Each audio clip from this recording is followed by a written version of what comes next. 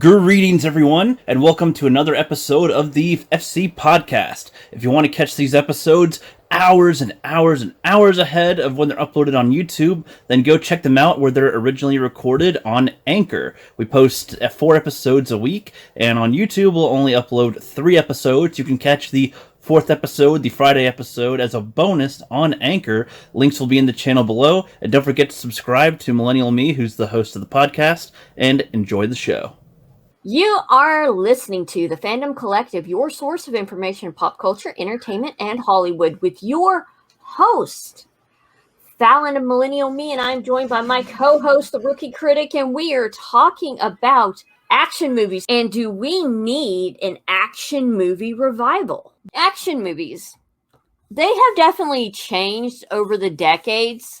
Because honestly, I don't feel like we have action movies the way they used to be back in the 70s, the 80s, back in the 90s. And right now, when you think of action movies during the current decade, Rookie, what do you think of? Action, Atomic Blonde was different for modern day. The Kingsman. Mm-hmm. John Wick 1. I'm running out now. Okay. Yeah, that's about all I can think of right away. Do you think the current action movies are in the same vein of action films that, like, say, Die Hard, the first Shaft movie, Rambo, Terminator 2? Hell, you could even throw Terminator 1 in there. But do you think it's the same action movies? I mean, clearly not. I feel like based on the times and what they're trying to do back then, they really tried to pull at the heartstrings in a way, trying to get you invested in these rock hard guys. That was the thing, like with Rambo, man. That was one I saw recently ish. Like in the last 2 years, I saw Rambo for the first time. And oh my god, I did not expect it to be like that. I was always like, oh yeah, he's always out killing people and some other thing, and it's like, no, he's just a veteran, comes back from the war and everything, and just everybody hates him and just doing his thing. He gets wrongly arrested and messed with and starts triggering some flashbacks to the war and everything, just tries to get away from everybody, and everybody chases him, and then like they send 200 people after him, and he's just trying to survive and everything. It's like, dude, that was intense and everything. And you look at ones nowadays, and I don't know if they're as impactful as something like that. No, I don't feel like it. Terminator did great at trying to play at, like, you know, if we continue in certain route, you know, we get a little too careless, that could be our future. And and we're talking about T1 and T2. Yeah. And I mean, even then, it's like the time travel thing's a little wonky. But regardless, it's the idea of like technology getting so advanced that they fight us. It's like, oof, that's a tricky thing there, I would say. Agreed. And like the way that questions things is pretty crazy.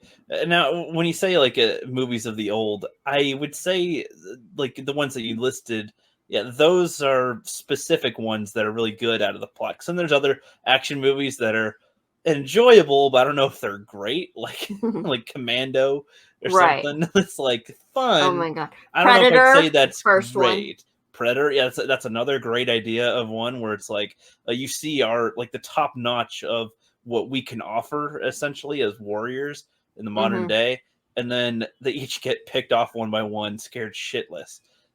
Like it's insane. By the ultimate predator. Yeah, and I mean it's ultimately just hunting these warriors, and that's a scary prospect in a way. And the way that it was fighting as well, it's like the way that they show it is that it has its own like honor system. They're not trying to invade the planet, they're not trying to take over the world. It's just they're hunting the hunter. It's there for some sport. And it's like, yeah, it never goes after defenseless, I think. Yeah, and I mean, as far as I remember, there wasn't a super preachy message in it either. It's just like, nah, here we are. I mean, they probably had something in there about war. probably something. It's probably something about war. Most likely, I haven't seen in a while. I remember if there was, but you know that comes here and there with it in a movie like that. Die Hard was another one I saw for the first time in the last couple of years, and yeah, I loved that one as well. Yeah, I mean, they have like 6 sequels that one, unfortunately. I don't think there needed to be any sequels to that film. Rookie, you never want any sequels at all. Yeah, but I mean, when you look at it like that, he's just a guy, the former police officer in his building, and it's Christmas, it stops a robbery. Why does there need to be more? Like, I don't see how he can have a whole franchise, honestly. But, that's just me. With that, that's old Rookster. That's old Rookster here, always a downer on sequels and stuff. Might as well put me back in the cave where I belong.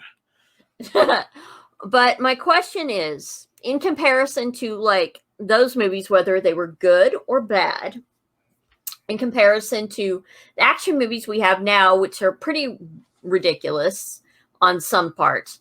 You're mostly referring to like Fast and the Furious, and John Wick was a little bit ridiculous. I agree, it was ridiculous, especially as it was entertaining.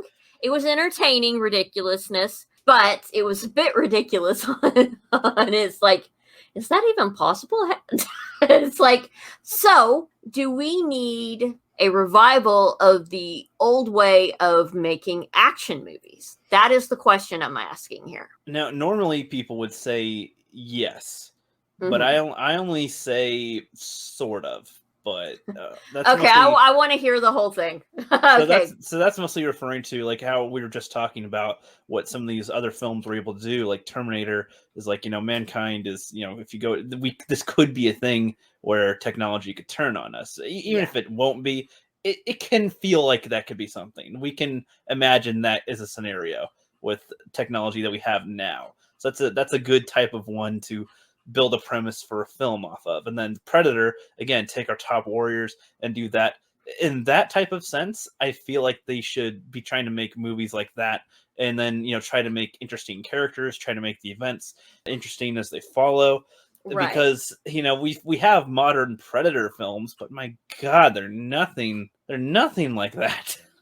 Nothing like it. Even Predator 2 did pretty well at taking maybe not the elite warriors of like the same genre, like the same type, but still people that are pretty powerful and deadly, and in a different environment here on our home turf, essentially, like on our, like, not in the forest, like in the cities where you think there'd be, oh yeah, we have some type of advantage, and he hunts them there. That's still pretty terrifying. Imagine having a Predator hunting you down. That'd be insane. A lot of movies today don't do really well at making you think like that or feel that way. They're pretty in your face about whatever they're doing, and it's usually like, oh, okay, that's what you're doing. Or they'll have like a 90-pound woman be the main hero of it, and well, I don't know. It's like which is fine as well. Sometimes like again, like Atomic Blonde. They did good in that film in making it seem like she is getting hurt, because she is panting, she is bloody, she doesn't look like she can take on an army. She looks like she struggled to fight 3 guys, and that was done pretty well, I would say. As far as the overall impact on it, I don't remember much of what the movie was about, to be honest. I only saw it once, and it didn't impact me beyond that. I like there's some lesbo stuff with her and Sophia Boutella, but that's pretty much that. And then let's see, Kingsman. You see, I have a lot of things I love about the Kingsman, and then there's things that they do that I'm like, oh my God. Like if they were to do that in some of the old films where they have the oh my God stuff, like that's what makes it worse. But if they stop doing the cringe, then it's fine. Then I think we're on the good track. What's funny? I believe Kingsman is based off comic book series. Really? Yes. I did not know that. It is either a comic book series or it's a book series. I'll have to double check. Yeah, but yeah, I'm not surprised. But I mean, I want to clarify what I mean as well here with that. So especially, I'll use Kingsman 2 because I remember more of the cringe in that one compared to the first one.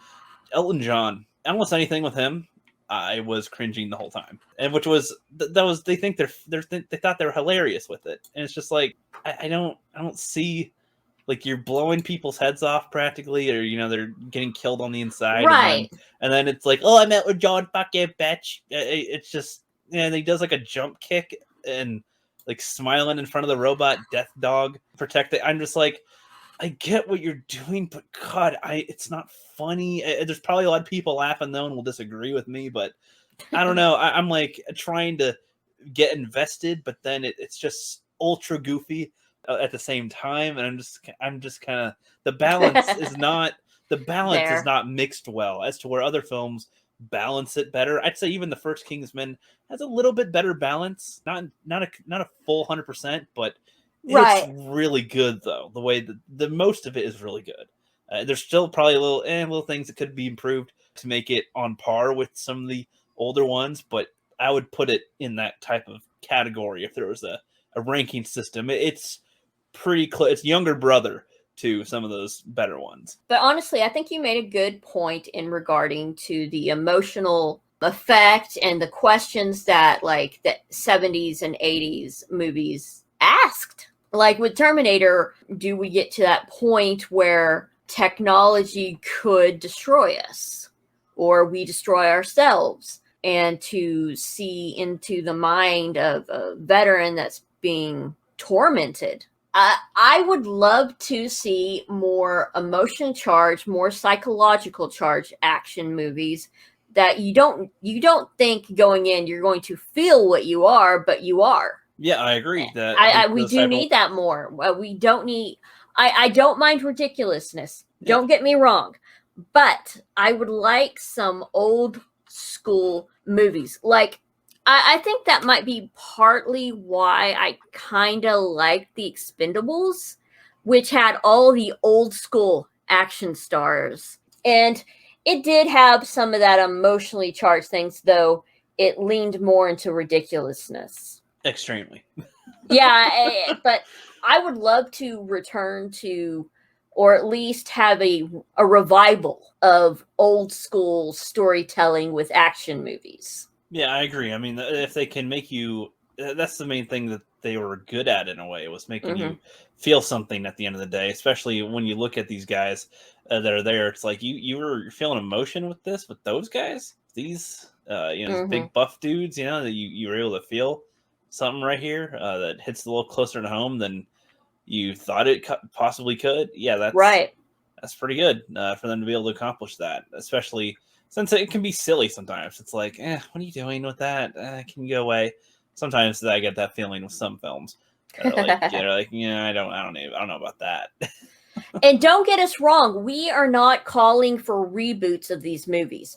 We don't want reboots. Yeah, no, we want the story, original storytelling that's going to make you feel things. That's going to explore the psyche. Yeah, at least something like that. Yeah, something that's going to make you either root against the bad guys or root for them to win, make you be conflicted about certain feelings. It's like, what?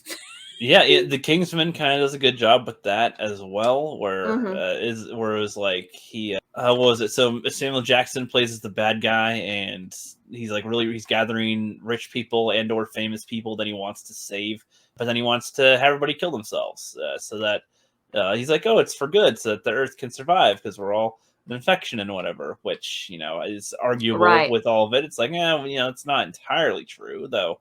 See your point, but this definitely isn't the right way to go about any of it. And it makes you ponder the question about it and what you can do in the end. Would you sell it? Like the bad guy in it, I forget who plays him, but he was trying to be a good guy, and then he got kicked out of the thing, and he pretty much sells a spot. To get a spot on there, he sells out his people.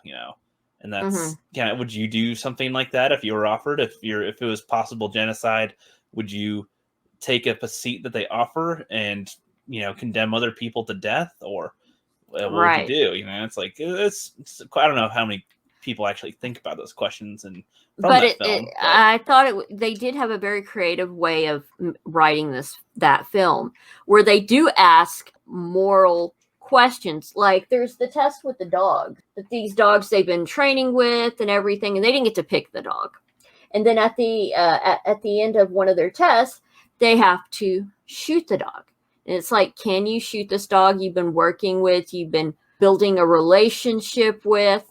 Granted, the bullet was fake. Yeah, but it's the whole, action of it all. Especially if they don't know that it's fake, it's like, well, you were willing to, which is enough. Which is enough because that is the question, and that kind of goes into the greater good type of question. Like, if the whole world is dependent on, you kill this dog and then you could save us, it's like, would you do it? Would you kill your loved one essentially to save the world? It's one of those type of questions, and if you're one of the people chosen to defend everything. Why is this one thing going to hold you up? Are you willing to let it go? Which is kind of goes into the Star Wars philosophy in some ways with how they do things. So that's neat as well. Yeah. And so that movie does ask some of those questions, which is why I'd like more like that. So like Fast and the Furious, we want to use a example of an action movie that doesn't, that has their weird way they do it. I mean, a lot of people enjoy the hell out of those films. Oh yeah, yeah. I can understand, the way they do it. It's all good. I stopped watching after a while. I was like, always about freaking family at the end of the goddamn day. If they can, I feel like they're if they can just do a little extra to make the plot a little more solid, the investment a little more solid. I don't know, make you feel something there. Like if you can feel like it could happen, that'd be one thing. Because it's all cartoon land now with how they do anything. I'm like, I don't believe any of this is something happening. It's all fake now. And not like, oh, the effects. It's like you're like Georgia the Jungling your car across a cliff. Like that is cool, but okay.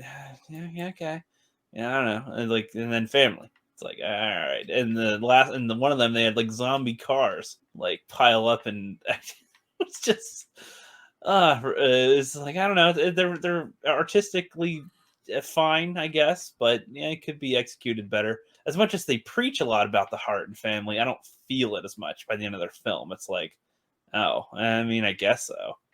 I mean, half the time I feel like, they'll be okay at the end of the episode type of thing. And it's like, I don't even know if you struggled really. Yeah, I think now that I know that people they've been trying to say, oh, you don't know what'll be happening. And, oh, I forgot the phrase that Rian Johnson loved to use. Oh, subverting your expectations. Exactly. You're getting something that you weren't expecting. Or you didn't want. Yeah, you didn't. You came in with different expectations and stuff like that. Yeah, you didn't get what you want. Yeah, it's like by them using that phrase too much, I feel like it's like nobody wants what it's like we expect something horrible to happen and there be no happy ending because they say that so often.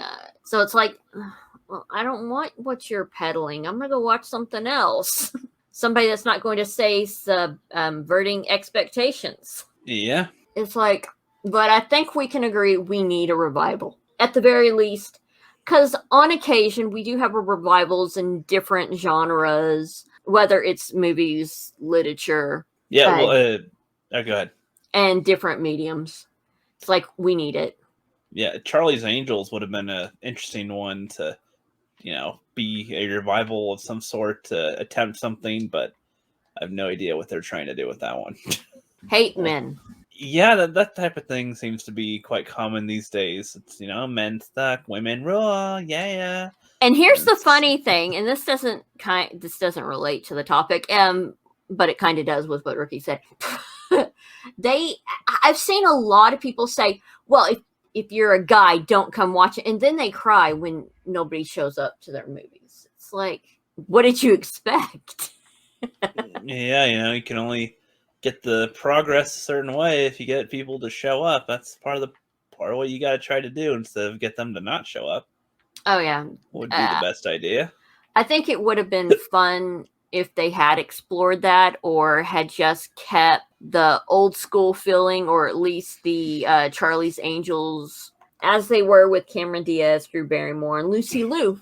They should have just kept them because that was ridiculous, but it did have some seriousness to it. Yeah, I never saw the original Charlie's Angels, only the Cameron Diaz ones, the old ones. Very silly movies, but they're fun.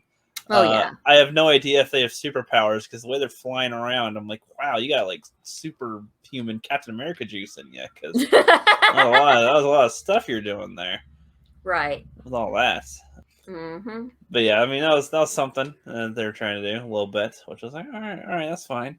Man, yeah, I don't know. I wish as far as a revival, it all depends on the directors and the actors, like what they want And to the do. writers. James Bond just finished up, right? Like I haven't seen a James Bond film ever, so I know. I don't know exactly how it all is, but I assume a lot of people aren't too happy with the more recent ones necessarily. Maybe one or two was good. I have no idea, but it implies they're gonna probably have a newer direction with that franchise, and I don't know if that'd be a good chance to try to interject some old-fashioned classic with new classic that hopefully meshes well enough. I have no idea what the old Bond films was about. There's like 25 of them. I can't believe there's that many of that type. Each one has a different topic, but they are from a time of the traditional action films. Is there like a medieval James Bond?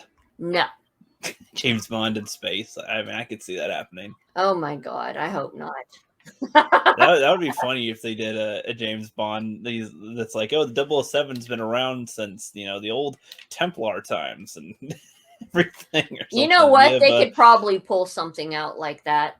I mean, that type of thing would be fun to see. I've heard Mahler and other people suggest, like, what if they had Predator in the medieval days or something, or they send the Terminator back to the old days? Like, how would people from those way more primitive times deal with something like that? Can they deal with something like that? That'd be fun to explore. Interesting question.